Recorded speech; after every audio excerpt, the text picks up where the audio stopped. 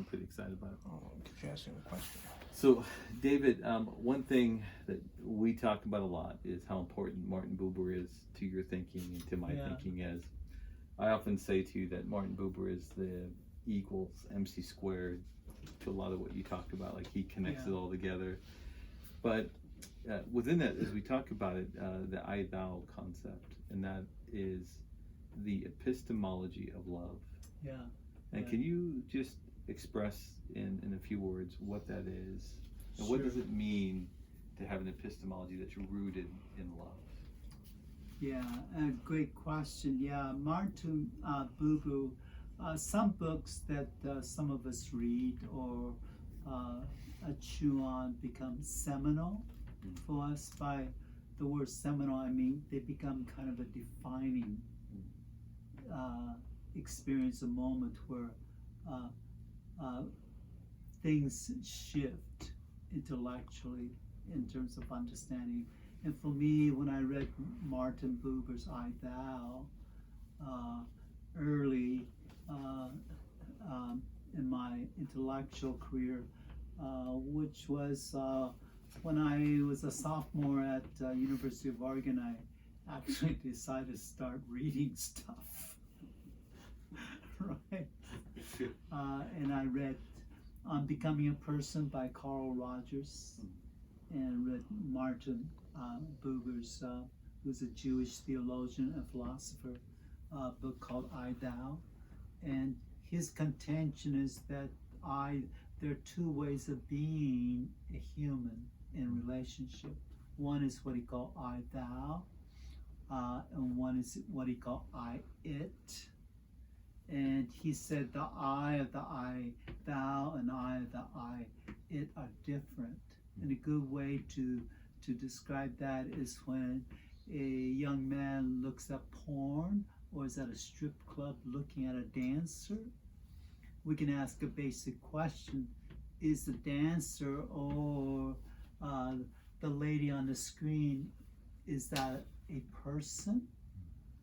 And are you attuning to the dancer and to the porn star as a person, or as an object of desire, an object of stimulation?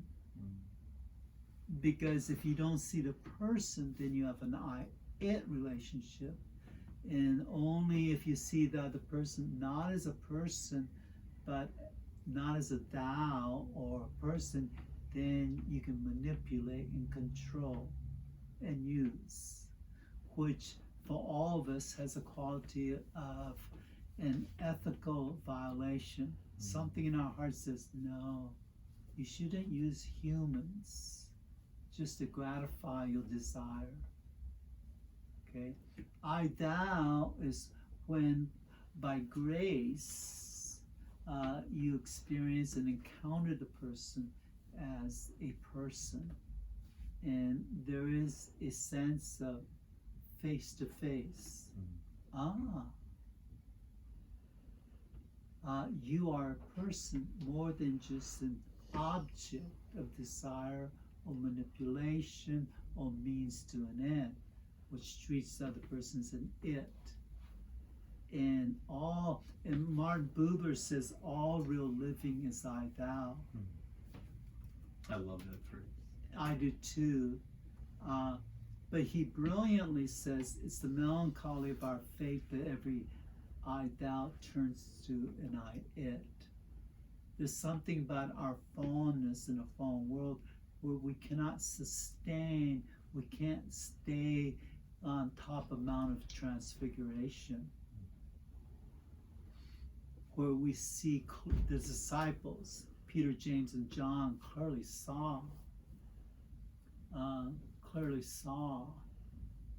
Jesus transfigured. They were stunned. Right. So their question would be, who are you? No, being invaded in a dialogical moment with the who of the other. Who are you? Wow. You mean you're not an object of my Jewish needs, right, my messianic hopes and dreams? which would be I it. which would be I it. But you encounter the living Christ Yeah, as I you thou. live encounter. And so with interacting with humans, you were saying too that there's two modes of being, according to Buber.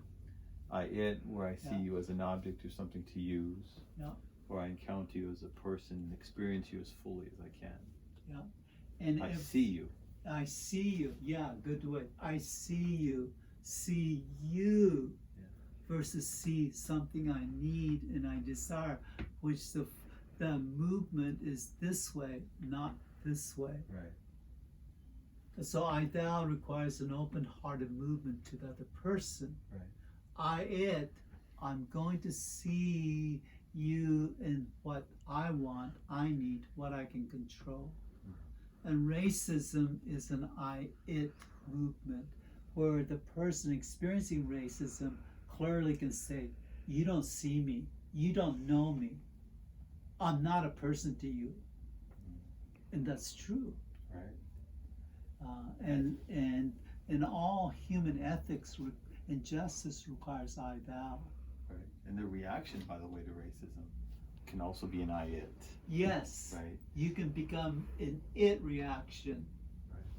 And Martin Luther brilliantly had an I thou reaction to racism, which is redemptive and transformative. And forgiveness. And forgiveness. Yeah. And forgiveness, there's a movement towards I thou. Right. So when we talk about an epistemology of love, is it possible to actually know somebody or know something that you don't love? Well, we can put it this way. The answer is yes. If we put it this way, you don't really know a person until you forgive the person, and until you love the person, until you extend grace to the person. Wow. Wow. Right? You don't really know. You know, what you just said, like, you go, is that actually possible to love someone, to open your heart, to have forgiveness, to extend grace? Yeah.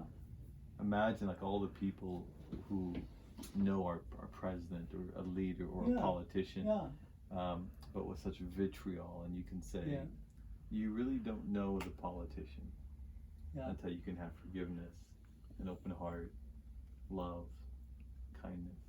Right. Long as you haven't forgiven a president, you don't really see the president. Right. You see an it construction symbol of a political. You're reacting symbolically, not relationally. Right. And symbolization, from the standpoint of neurobiology, neuropsychology, is possible because your brain organizes things, experiences symbolically in a narrative forms, and color codes them with emotions. But you all begin with right hemisphere, relational side development first. An ability to intellectually symbolize consciously and so forth comes later. And that starts in the womb. Right? Starts in the womb. Mother to child, umbilical cord. Yeah. Wow. Yeah, and so, and you can't have justice without I thou. And what we see today often is this screaming for justice, but as you hear it, you feel it. It's an I it. It's like, you are not a person. You are something that needs to be trampled on, or be discarded, or be put aside. And you feel that. And we have an excellent political example of Bishop Tutu in the African segregation, racism dynamic, and Nelson Mandela. Right. They brilliantly seem to be moving in an I thou, forgiveness, reconciliation. And it was powerfully transformative.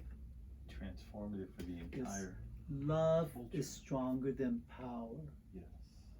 Power will always beget counterpower, ending in a clash. Marx was correct, but his solution was, he didn't see the solution. Yeah, He didn't see love. Marx assessed the situation well, but his solution to it was give power to the people. Clash until there's egalitarianism. And the truth is, Jesus, before Pilate, says, Yeah. If my kingdom were of this world, my soldiers would be taking it now. Right. And remember Jesus said, he who lives by the sword dies by the sword. So any group, aggregate, collective, social, political entity that tries to get power will be destroyed by power. I'm sorry, that's history. Right. In our culture today that is so politicized, yeah, isn't there a message for the church to say, to reclaim that Christian ethic, to say it is not about who's in the White House, whether our person or their person, no. but can you love your enemies? Yes. Can you pray for those who curse you? Can you bless them? I, thou. Yes. Yeah. So in our church, half of our people like Mr. Trump. Half of them don't like him.